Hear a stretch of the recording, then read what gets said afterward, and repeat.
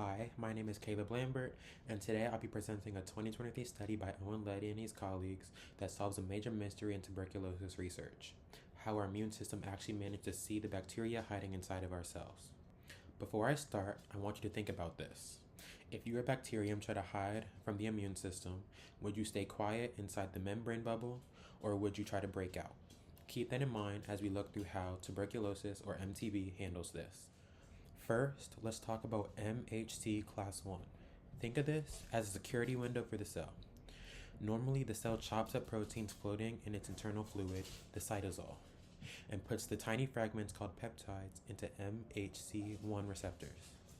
These receptors then push the fragments outside of the cell for T cells to scan.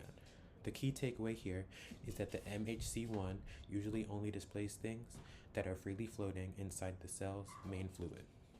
But here's the problem.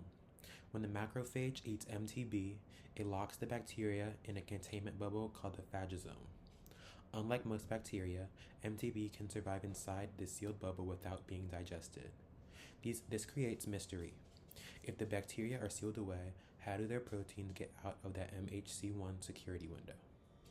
MTB has a secret weapon called the type 7 secretion system, or T7SS.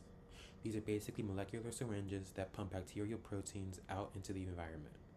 The most famous one is ESX1, which is known to cause physical damage to host membranes.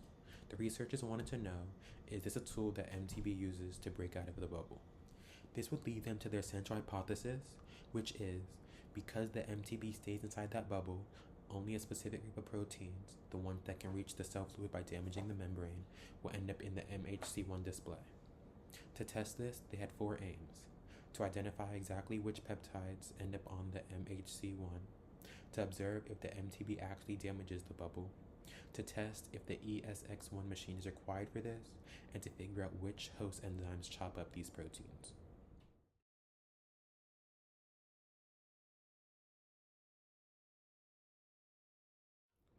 In Figure 1, they used a method called immunopeptidomics. They infected human macrophages and used antibodies to fish out the MHC1 receptors. Then they sequenced the peptides using liquid chromography tandem mass spectrometry, or LC-MS-MS. For controls, they used mock-infected cells to make sure they weren't seeing random background noise. For axis, the y-axis on the right chart shows the fraction of proteins and peptides found and the color coded by how they are secreted. For results, they found 16 MTB peptides.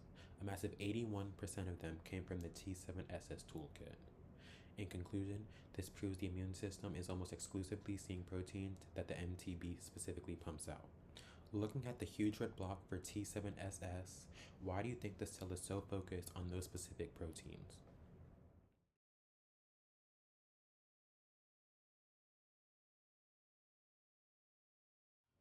Next, they used confocal microscopy to see if the bubble was actually breaking. They looked for galectin-3 and P62, which act like leak detectors that only stick to damaged membranes or exposed bacteria. For controls, they compared normal wild-type MTB to an ESX1 mutant that has a broken drill.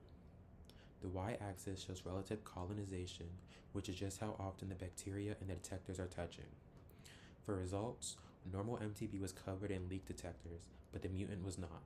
In conclusion, this confirms ESX1 is definitely the tool poking holes in the bubble. Galectin-3 binds to broken membranes, and P62 tags exposed bacteria.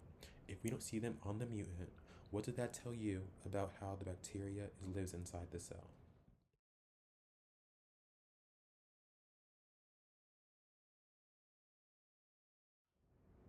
In Figure 3, they tested if ESX1 is absolutely required for presentation.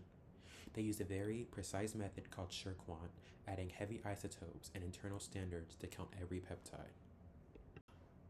For controls, they used mock cells and a rescue attempt by adding IFN beta to see if that would help the cell see the mutant. The y-axis is relative abundance. And for results, for the mutant without ESX1, the presentation dropped to exactly 0. Even adding IFN beta didn't fix it. In conclusion, ESF1 is the master key. Without those holes, the immune system is bind to the MTB. The researchers also noted that another system, ESX5, is still pumping proteins inside the mutant's bubble. If they are still being pumped, why do you think we don't see them on the outside?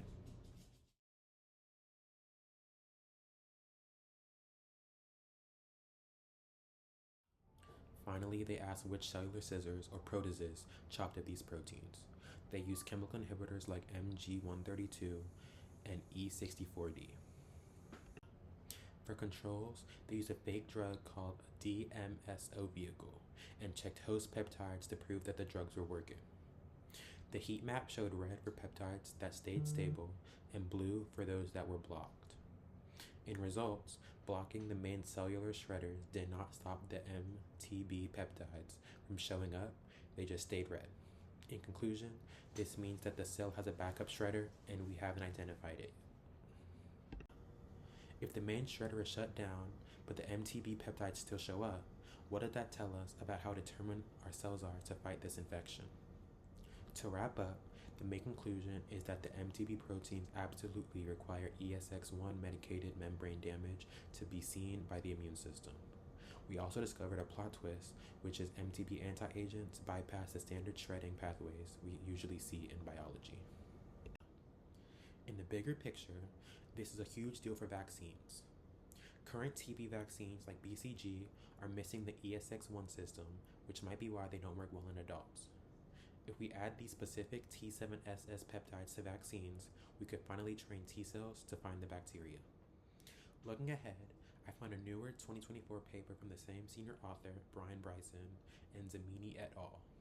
They took the same proteins identified in Figure 1 and turned them into an mRNA vaccine for mice. This extends the research by taking the diagnostic evidence and turning it into a real weapon against diseases. Last question, but I want to ask you this. If you had just finished reading the paper, would you continue to fund their experiments in the future? Thank you so much for listening. My references, including the original Letty et al. Paper and the Zamani extension, are both listed here.